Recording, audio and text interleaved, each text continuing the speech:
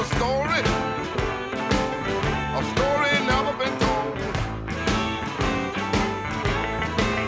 White on the Blue got pregnant, and they named the baby rock and roll.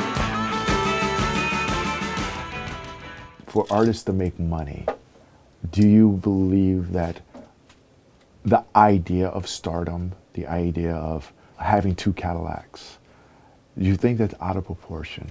To where now, if you really have the opportunity to self-promote, write your own stuff, get out there, that means that you're going to have to take a little less money.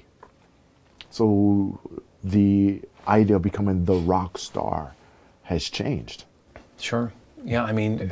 do you feel like artists are willing to take that hit? I mean, it's a tough question because the record companies always made more money than the artist. Right. So even if the artist got rich, the record companies got richer. Exactly. There's a point where if you're self-marketing and you want to get to the next level, you're going to need some help. You're going to need a company anyway, and then where do you go? You hit a ceiling.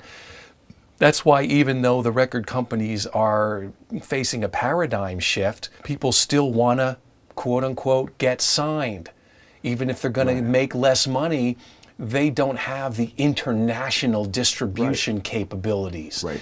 You know, they don't have the marketing muscle. Right. You know? You can only get so far with self-promoting. You can only get so far. So my point is that, do you feel artists are willing to give up some of that to stay true to the game? Because now we're living in a period of consciousness about who we are as artists, what we like, what we want to do. And I'm saying, no matter what type of art form that you produce, if it's music and it's played on this great radio station in Philadelphia, that means that you're only going to go so far.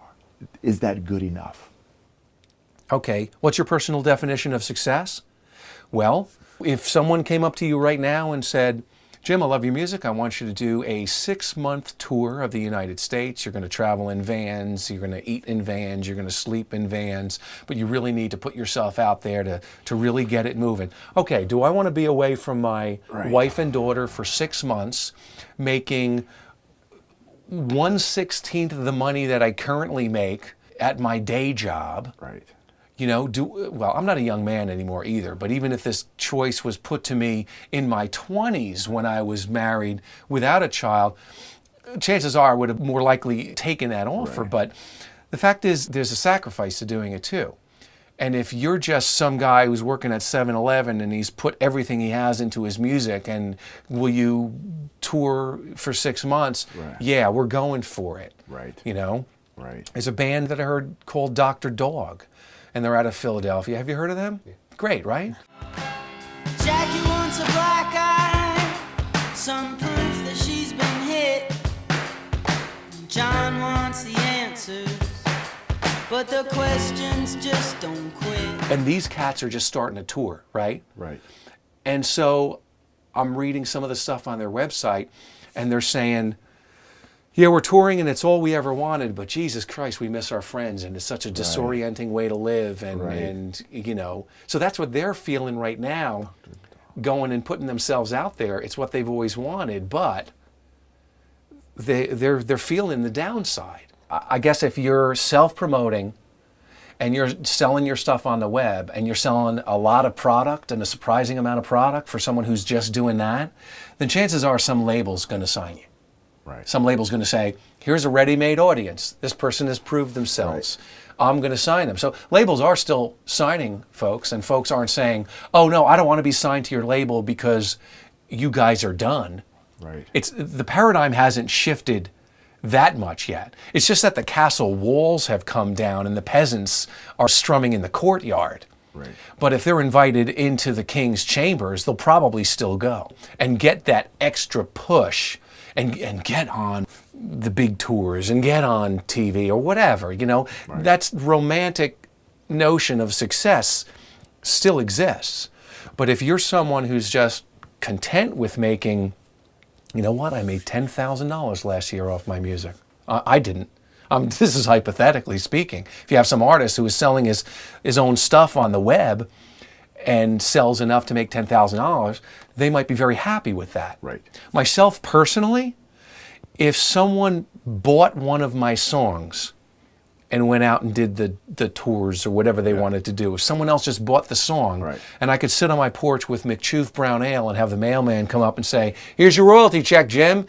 Not only does it cover your McChoof Brown Ale this month, but you've got a little bit extra to buy some cashews. That's right. I think I'd be happy. Brother wants another potato. Brother's got a motherfucking long way to go. Brother wants another potato. Brother's got a motherfucking long road. Stop bringing me down, down, down, down, down. Stop bringing me down, down, down, down, down. Oh, yeah.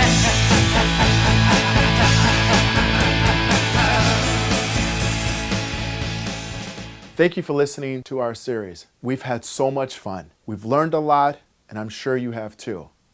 I wanted to let you know that Jim will be starring in a movie soon. It's called Superstar Dumb. It's a musical comedy. It's about the broken promise of middle-class rock and roll stardom. You want to learn more? Go to DevlinPix.com. Click and laugh.